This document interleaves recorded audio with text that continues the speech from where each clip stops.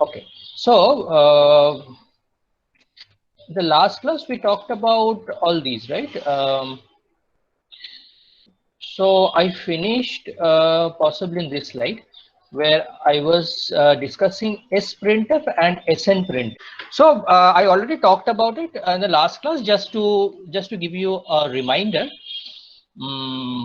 basically I should use the word basically refresher. So as opposed to the printf function where you can print on the terminal or on the console in a particular format which is specified by the control string, here in sprintf or in snprintf you can print um, using this control string to an array. In this case the array is email id, right? So I executed this code in the last class, so let me try to open that code again. What is the code? Print.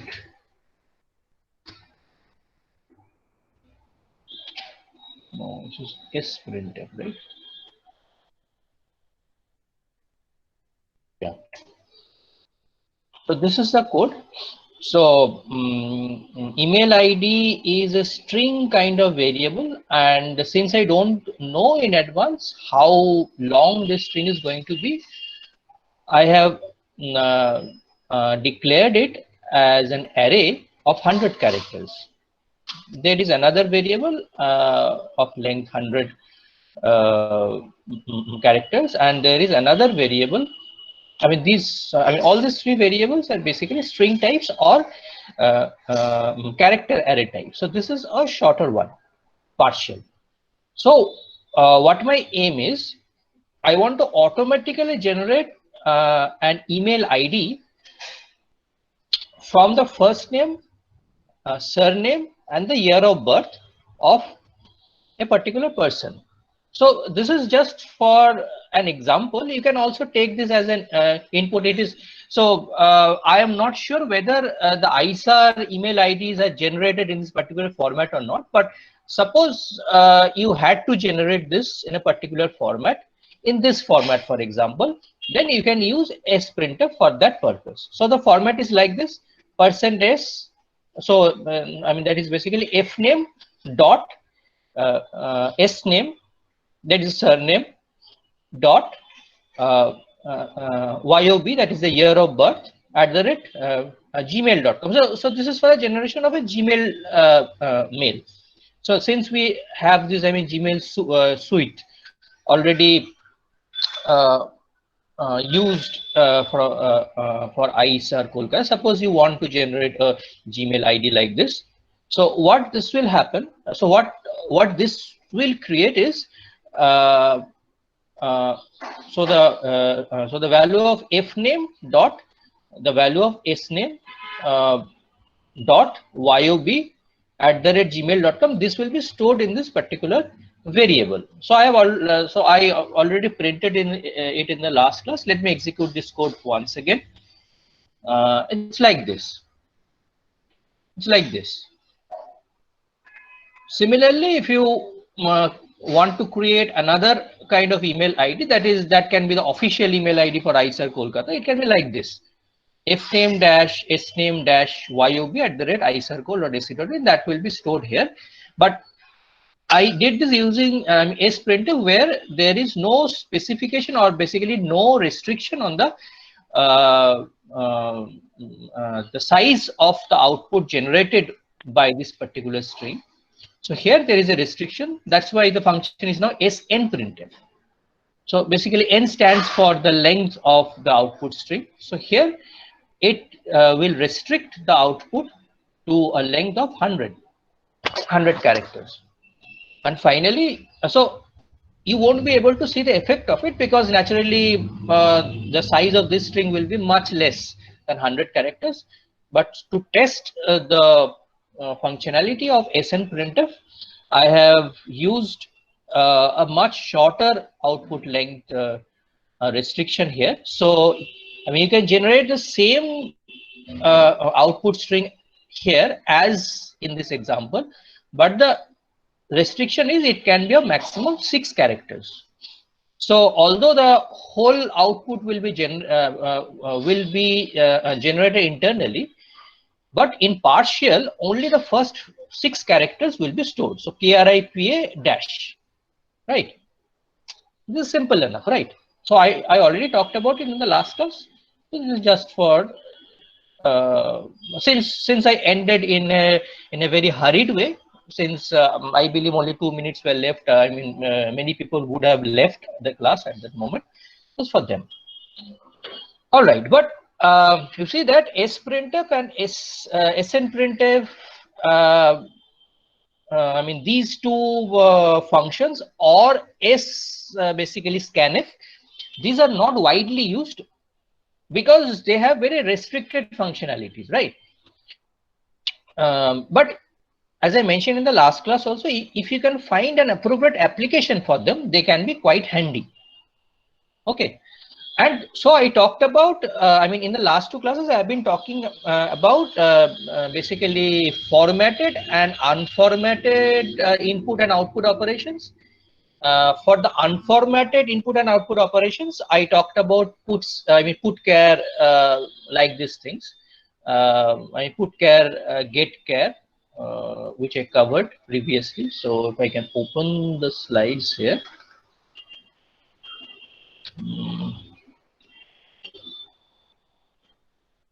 Yeah, putchar, getchar for the character strings, and puts and getters for putchar and getchar for the characters and getters, putters for the strings.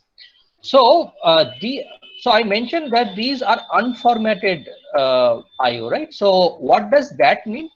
So unformatted means, you see that you don't have the power to print anything else or read anything else apart from just the variable value. So here you can only read the value of this variable and you can print that variable on the screen. Same for, I mean, getters and putters. But in basically scanf and printf, you, I mean, first of all, can print or read the values of multiple variables, and they can be of different types. And especially for printf, you can print some accessory values also. So for example, in this case, apart from the actual variable names, basically the values, you can print something else along with it. But that so this kind of functionalities are not present in the unformatted type. Also, I have shown you plenty of examples of how to use this I mean, field width and the precision and all these things, right? So that is also a part of formatting input and output kind of operation. Okay, so that is basically the difference between the unformatted and formatted input and output functionalities which are provided by a C programming language. Okay, so as I talked about printf, and I talked about the increment and the decrement operators, the differences between the increment and decremented operators. I mean, let's look at a program where you do printf with the increment and decrement operators, and let's see how it works. So let's not run the whole code initially. Let's look at only a part of it. Okay, so so I have taken 3 integer kind, I mean integer type of variables I, j, and k with these values 5, 6, and 9 respectively. So I told you that for post increment, first I mean first the particular statement is executed, then the increment is done, right? So if you can run this particular code, any idea what will be the output of this line of code? So I is 5, j is 6 and k is 9. So I am printing I plus plus j and k plus plus. So what will be the output of this line of code? That is a question to you. Can anyone answer this question? 6, 7, 10. Yes, 6, 7, not 10.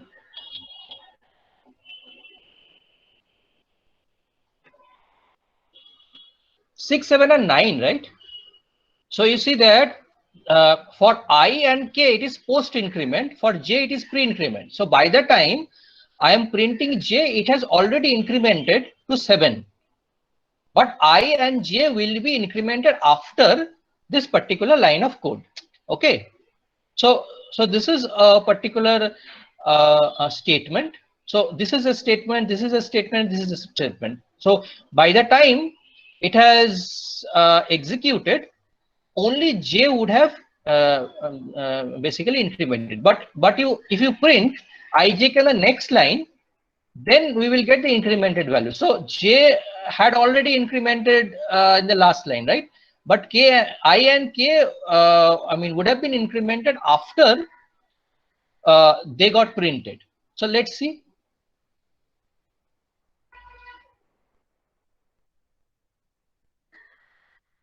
So in the previous line, I and k basically retained their previous values, but j got incremented. But after that, after this particular line of execution, I plus plus and k plus plus actually I mean got into effect, and I got incremented here. So you can see the incremented value of I here. So I got incremented to 6. J was already incremented.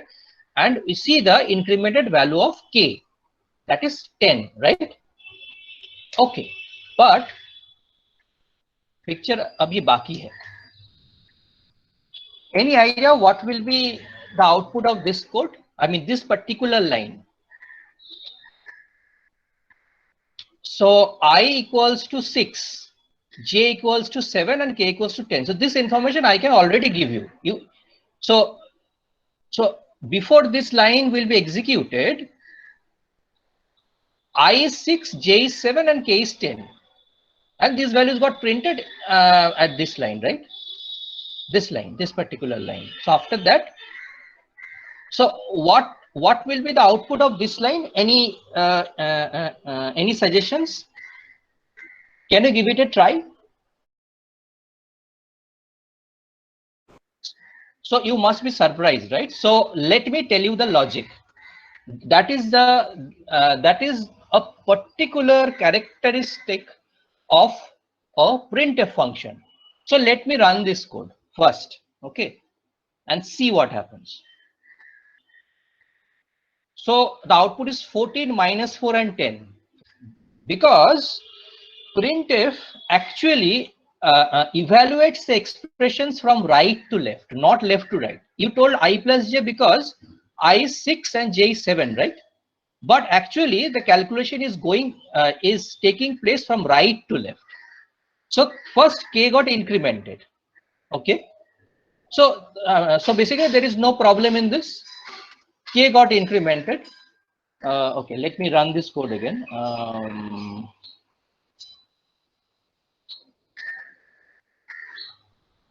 So k got incremented. So what's the value of k now? K is now 11, right? So from right, I come to left. So by this time, j would be incremented after this statement, right? J would be incremented after this statement. So j is 7 and k is now already 11 here because it got incremented here. So that's why it is minus 4. That part is all right, right? Because it is 7 minus 11. Okay, but here j got incremented again. So by the time we reach here, I is 6. I never got incremented. So I is 6, but j got incremented to 8. That's why you are getting 14 and not 13. So this is a very unique feature of printf. I don't know why it happens, but I encountered this when I basically was studying C for the first time. So this is basically a peculiarity, but I have run this on multiple compilers and I'm getting this result. So I'm not sure whether this is compiler dependent or not, and in none of the books I could find an explanation. But this is the way it is. So so I mean, this is just to give you a caution that this happens. So you must keep this in mind. So after this, I print the basically the changed values. So I never got changed. So I is 6. J got incremented once. So from 7, J is now 8, and K was 11. Right? No problems in this. So let's look at another line of code. Okay. Here, similar logic is there.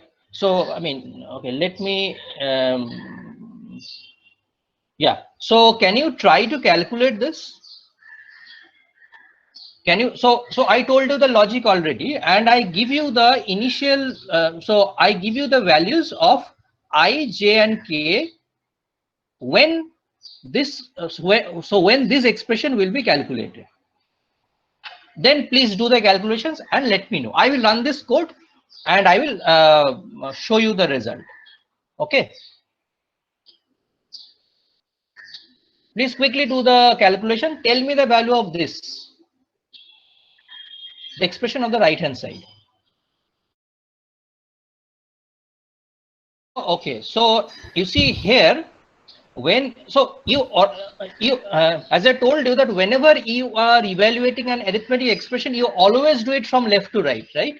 So so I plus plus, so I will be incremented later on, minus J minus minus, so J will be decremented later on, and plus K, so K will be incremented when this evaluation is going on. So forget about I and J increment. So I was 6 and J was 8. So it's 14 plus K. What is K? Okay, let me see. Let me run this. Sorry.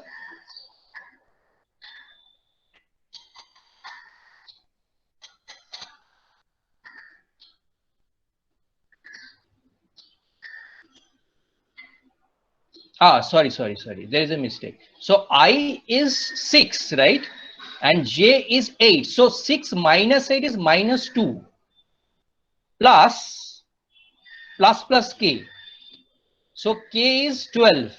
So minus 2 plus 12 is how much? 10, right? So so the second expression is actually 10. Now, after this expression is executed, I and J got changed. So I got incremented from 6 to 7 and J got decremented from 8 to 7. K was already incremented, so K is 12. So this is after this expression. So now we move on to this particular expression. Here, fortunately, everything is pre-incremented. So first you calculate their value. So what is I? I is 8 plus what is J? J is also 8. So 16 minus K. So K got decremented to 11. So 16 minus 11 is 5, right? So we are getting 5 at the output. So after, so here, so since there is nothing to be incremented or decremented after this, if you basically print the values, you'll get the final value. So I got incremented to 8, right? So I was 7 and it was got incremented to 8. J was 7, it got incremented to 8, and K was decremented to 11. So they are getting printed here. You should run this code several times and understand what is happening every line. So I am going through the code once again. Please pay attention. So I'm here, right? So so as I told that the calculations of the expressions are going to take place from right to left, but here it doesn't make any difference because the incremented values are not participating anywhere, right? So incremented value is not participating and it is not trying to change the expression on the left hand side. Same for j and I. So it is as good as left or right. Okay, so so you don't have to care about I plus plus and k plus plus at this point of time, but you have to take care plus plus j. So I and j, sorry, I have to run it again. So I and j would have the same values as 5 and 9. So j only got incremented during this particular evaluation. Okay, let me put numbers so that you will be able to track which line I'm talking about. That can be useful for you. Line number 4, line number 5, line number 6. Okay, so let's now execute this.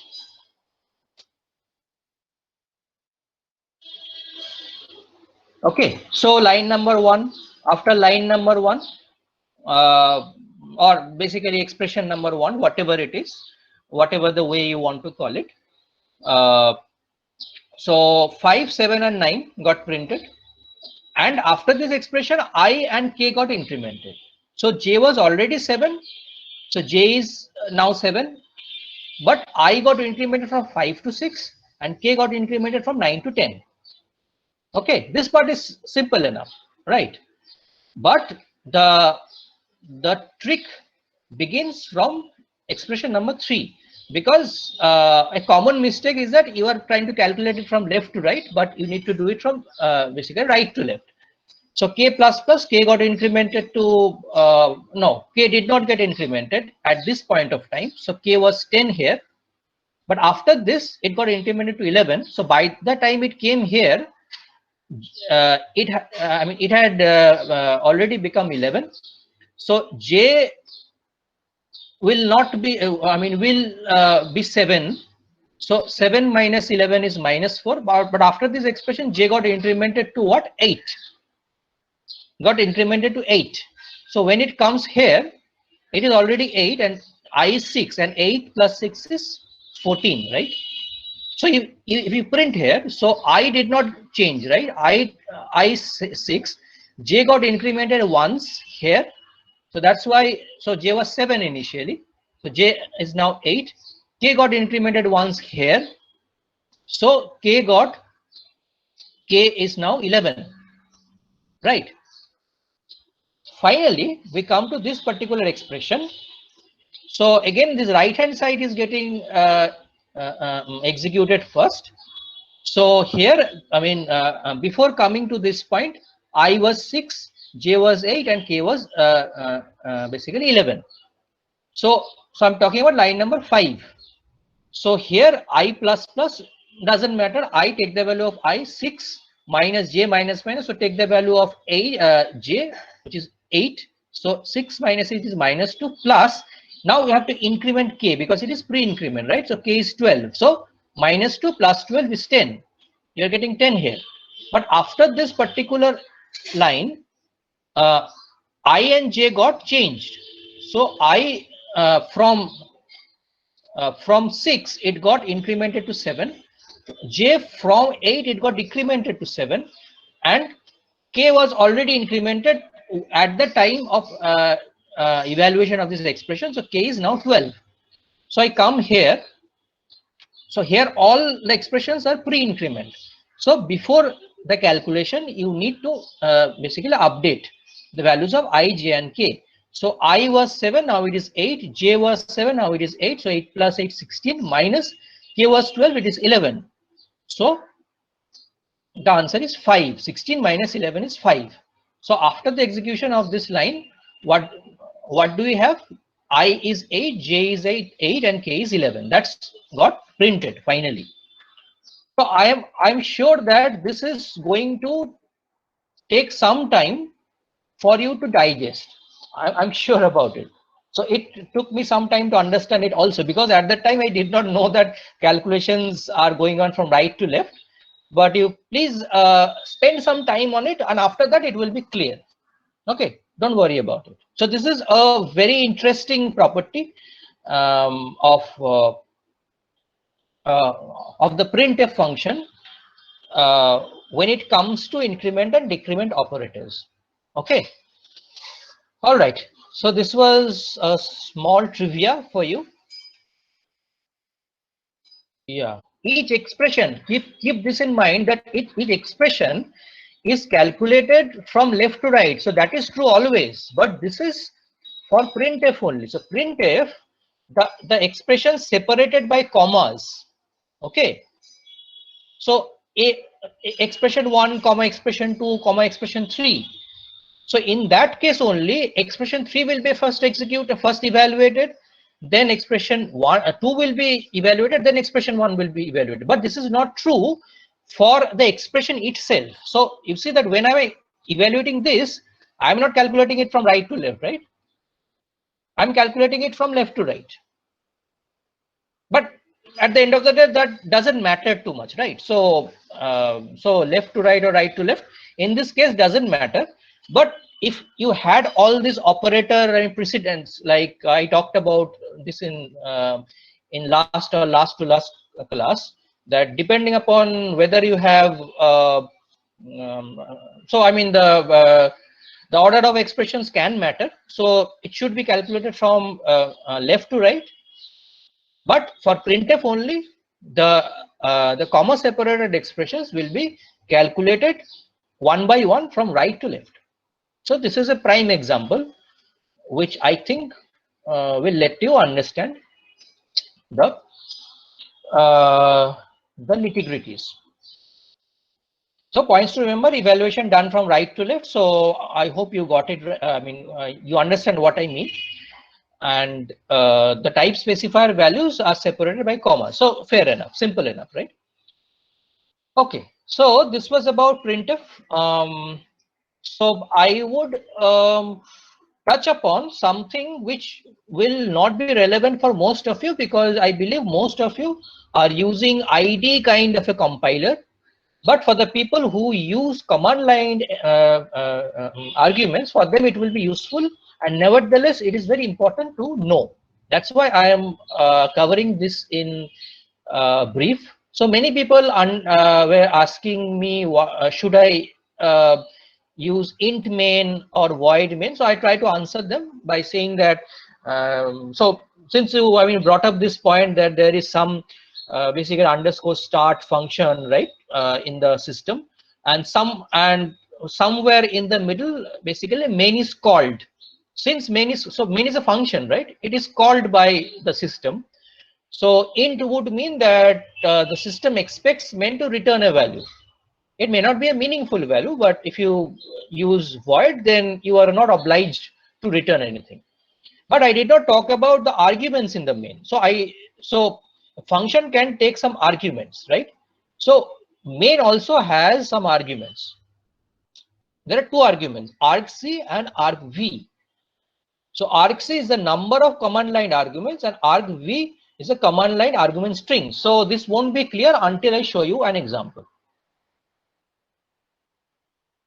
So for this, I have to use something like this. I have to use Cygwin because I don't have the Ubuntu version with me. So this is what I have. So let's look at this particular code. Okay, I have to open a code.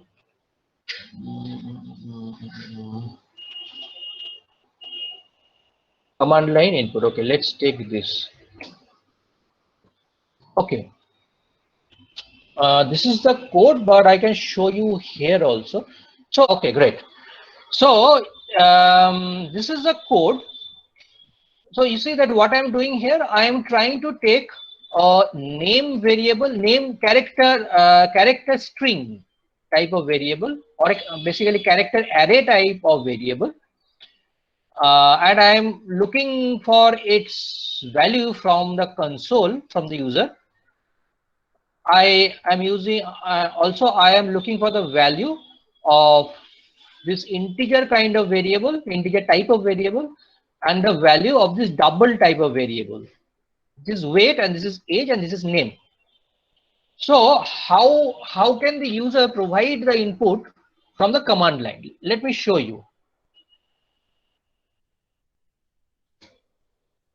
So let me first compile this.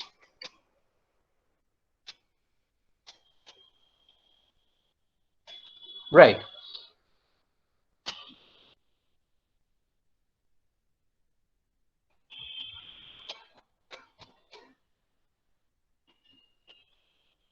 So this is the command line.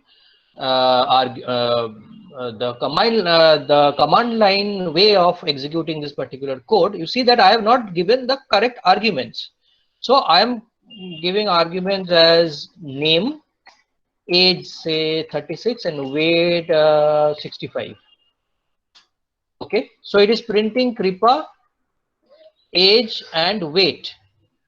So what's going on inside, right? That is a question that must be lurking around in your mind. So argc is the number of arguments. So what are the arguments here? So let me show you the slide, that will be better. Yeah, so I ran the code like this, right? So I gave Kripa 36 and 65. I gave it 65. Suppose it is 65.5.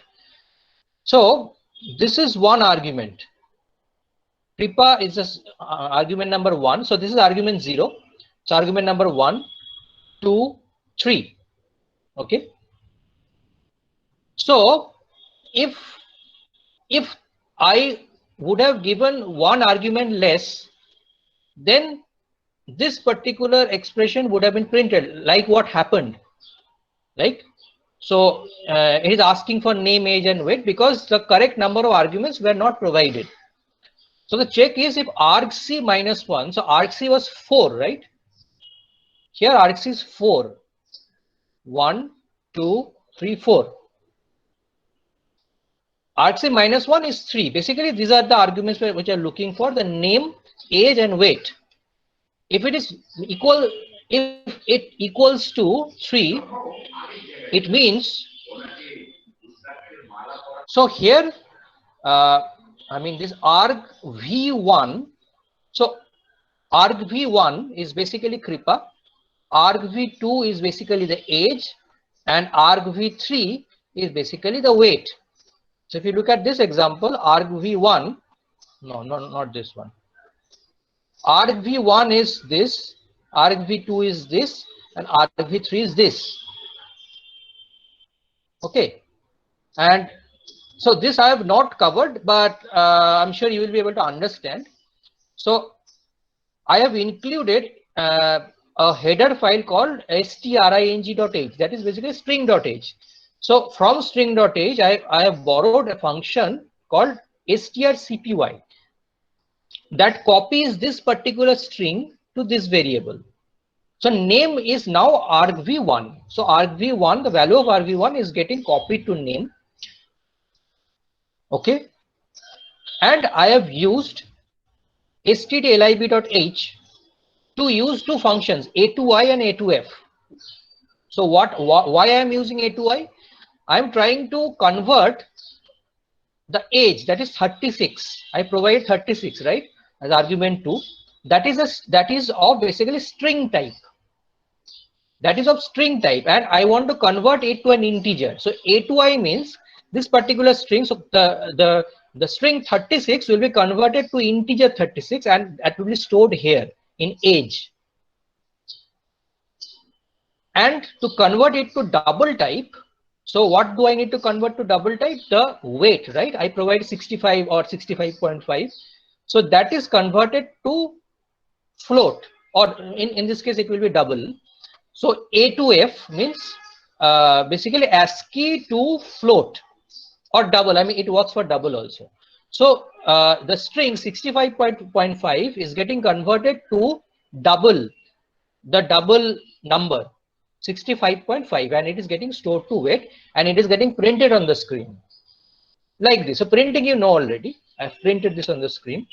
So if you look at the code again, so this is a slightly, so I have added the else part in the code which I just showed you, but the overall idea is like this.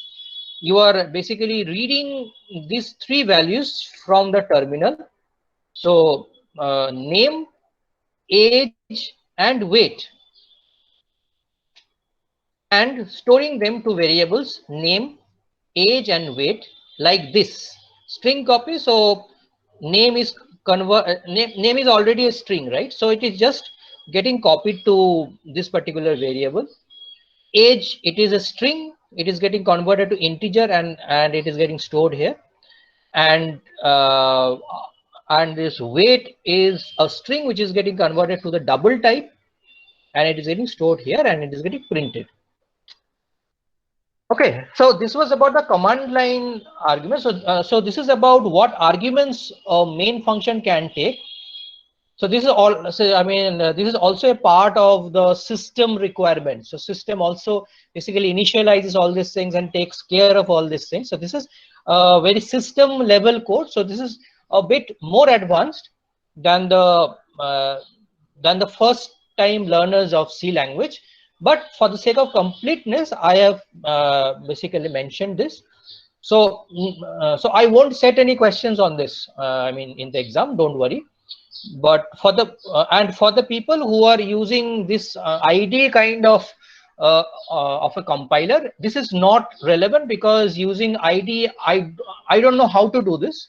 But if you are using a terminal like Cygwin, or if you're doing programming in Linux, um, and you are using basically Bash or some other kind of shell, there you will be able to do this. And basically, since I have learned the C language both on Windows, like this Turbo C kind of a thing, and on basically Unix, not Unix, I mean the versions of Linux, I have used both of them. So you just keep this in mind. You don't have to use it if you don't want to, but it is a very important thing to know at least. Okay, so we have some 12 minutes left. So let me briefly introduce you to the next topic. So the next topic is decision making and branching. So this is basically if, then, and else. So I have showed you many examples of the application of if and else, right? Like I showed you right now. Right now I have showed you, right? Here, this is an example of if statement, and I showed you one example in a Cygwin terminal that else can also be used. So this is very simple. Formally speaking, the if structure is like this. If there is a within if there is a text expression which can take either a true value or a false value. So it can be a logical expression. It can be basically a relational expression, like if a basically a greater than b, something like that, or it can be a greater than b or b greater than c, like that also. But the value of that particular expression will be either true or false. Okay, but there can be implicit truth values also. As I mentioned, that if the value of the variable is non-zero, then it is automatically considered as true, whereas if it is zero, it will be considered as false. And if this particular text expression is true, then this true block, basically this true block, which is within the parenthesis, within the braces, will be executed. Otherwise, it won't be executed. So the control will, if it is false, then the control will move on to the next statement after, which is just after the closing brace. So basically the body of this if loop, or the statements or statement which are going to be executed if this test expression will be enclosed within the braces, or basically the curled brackets. So like the scope of function, you can also say that this is the scope of this particular if statement. So anything within this is under this if particular expression, if statement. So in this case, if this test expression is true, this true block will be executed, and then this particular block will be this particular statement will be executed, or the statements after this.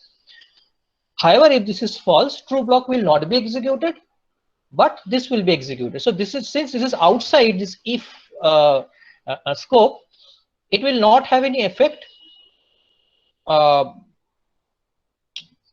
based on the values of test expression. But the problem with this particular format is there is no block which will be executed if this test expression is false, right? So this will be executed if this is true, but there is no such block of statements which will be executed if this is false. So in order to do that, you have to use else. So this is an example. So if you do this, a equals to 5. If a is greater than 0, this true will be printed. So in this case, a is greater than 0, right? So this expression is true. So this statement will be executed, and true will be printed on the screen. And then this statement will be executed. Very simple. But if you want to have a false block, then you have to use an else expression, else part of this particular statement. So I talked about the true block. If this statement is false, then this false block will be executed. After that, the control will come to this statement. So so if this test expression is true, true block will be executed, and then this particular statement, which is outside if, will be executed. If this test expression is false, then false block will be executed, and then this statement will be executed. So this is outside if, right? So under no conditions, true and false both will be executed. Only exactly one of them will be executed, because the value of test expression can be either 1 or 0, either true or false, not both. Technically, it's not possible, right? So this is an example. If a is greater than 6 here, true will be executed. So in this case, it is false, right? A is 5, a greater than 6 is false. So this false. So this will be executed. Then this line will be executed. So that is just to get yourself introduced formally to the basically the structure of if else, and of course if. Okay. So if you look at this kind of expression, say if a greater than 0 and a less than 0, you want to do something. Suppose you want to print this particular line. This alternatively, so as an alternate to the logical AND, you can use if. So what you can do, if a is greater than 0, then this portion becomes comes under the true block, right? So if a greater than, so a is greater than 0, right? Then we come to this part. So this is basically branching of the if statement. So this part is under the true block. So since this expression is true, this body will be executed. Here I check again, is a less than 10, which is true again, right? So true will be executed. So this is an alternative to this, but I don't think you can replace any other logical operators with this kind of if statement. So this is true mostly for the AND type. So this is an alternative to this AND type. So do I have this code with me? Let me see.